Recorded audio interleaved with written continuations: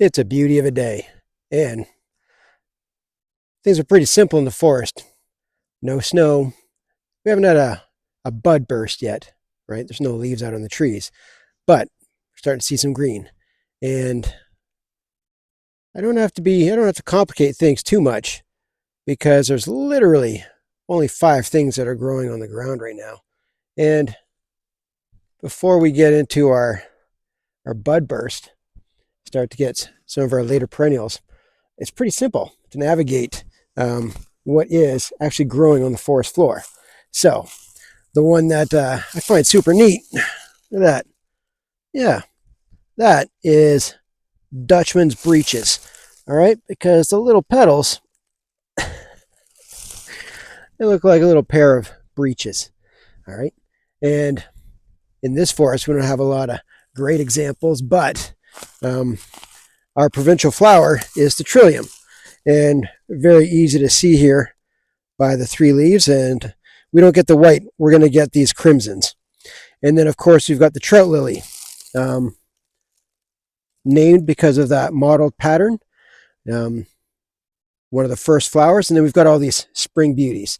So between the trilliums and the trout lilies and the spring beauties, or wood sorrel that's popping up, I mean, that's 3 flowering plants right there. And then right after that,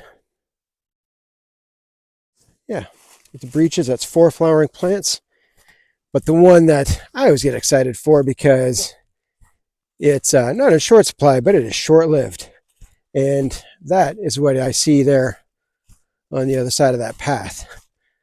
Most of that green, or at least the largest part of that green, those are all leeks. Different areas might refer to them as ramps, but they are short-lived. It's nature's onion.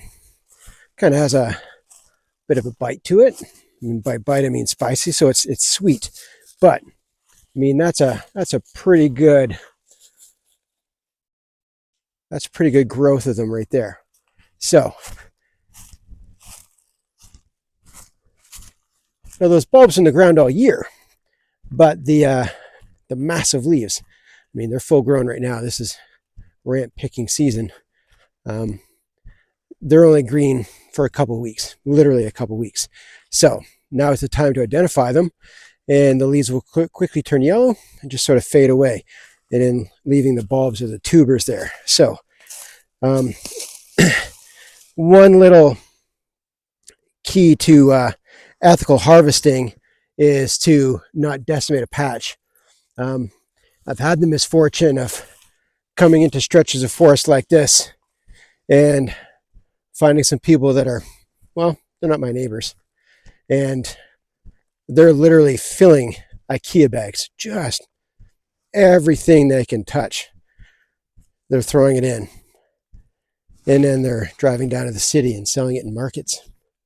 So they're not really in the neighborhood practicing what I would call ethical foraging. Ethical foraging, I don't want to take anything more than 10% at a time.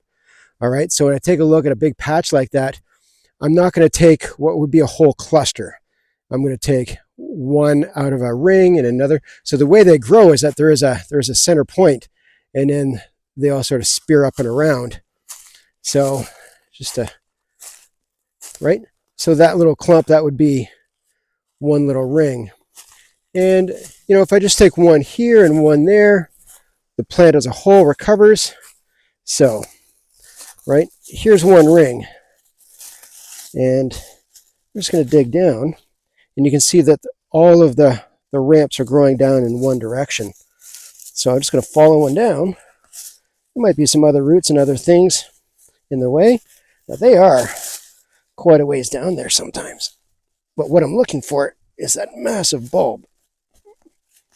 All right, so that is the actual leek, right? The whole bit is edible, but that is the onion. So believe it or not, the dog doesn't mind chewing on those either. So I'll make sure and take these home. And famously, the leek potato soup, That is a staple. They freeze really well. And the big green leaf right there, that's get tossed into all our salads. It's on top of my burger, right? It does have a sweet flavor. As I mentioned earlier, a bit of a kick, a little bit of a spice there at the end. But the actual onion bulb, right? That onion bulb, just like a green onion, but it's got a little bit more of a garlic tinge to it.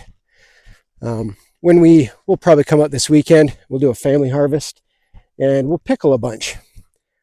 And we'll have others diced up and frozen so that when we are in the dead of winter, literally 9 months from now, we'll enjoy some potato and leek soup. Dice up the greens, dice up the bulbs, and it's just out there in nature. Forest is prolific. Now is the time to find them. So, ethical harvesting, take 10%, be mindful of that. And if you have the ability to transplant, right, you can pretty resilient as a clump. Just make sure you've got a good host of the surrounding mother soil transplanted in your own yard. Put the whole patch in there. By patch, I mean that cluster, right? Think of it as like a garlic bulb and all the spears growing out of a center. If you can dig up a couple of those, leave them alone for 2 or 3 years, and then start to practice your own ethical harvesting right in your own yard, right in your own garden.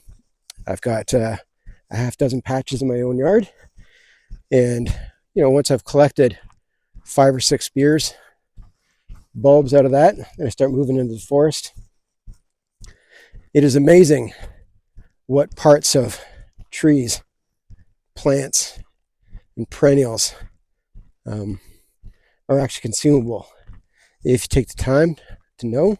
And not all of it is consumed as part of your diet. Some of them are prepared in other ways for medicinal use, tinctures, used for internal ailments, remedies for that. Sometimes it's more of a topical situation, dealing with burns and itches. And yeah, a lot of it is diet. We consume safely in teas as well. So it takes time, and I'm still learning. But don't just go from one source. Pick a couple, all right? And then be familiar with how to do an allergy test, especially if someone new and different who's never tried it before is going to be a guest. Don't make any assumptions about allergies. Do a little rub test on your arm someplace safe. Watch for any raising, discoloration, things like that, right? Just be safe. But it's amazing to hear stories of people coming to this land and not making the effort, taking the time to learn about it, dying of scurvy. Just incredible. There's so much life in this forest, and changes season by season by season. Everything we need is out here. Just take the time, learn, be curious, be safe. But it all starts by going outside. All right. Hope to share more edible wilds as mushrooms and other things come into season. Thanks for watching. Talk to you soon. Bye-bye.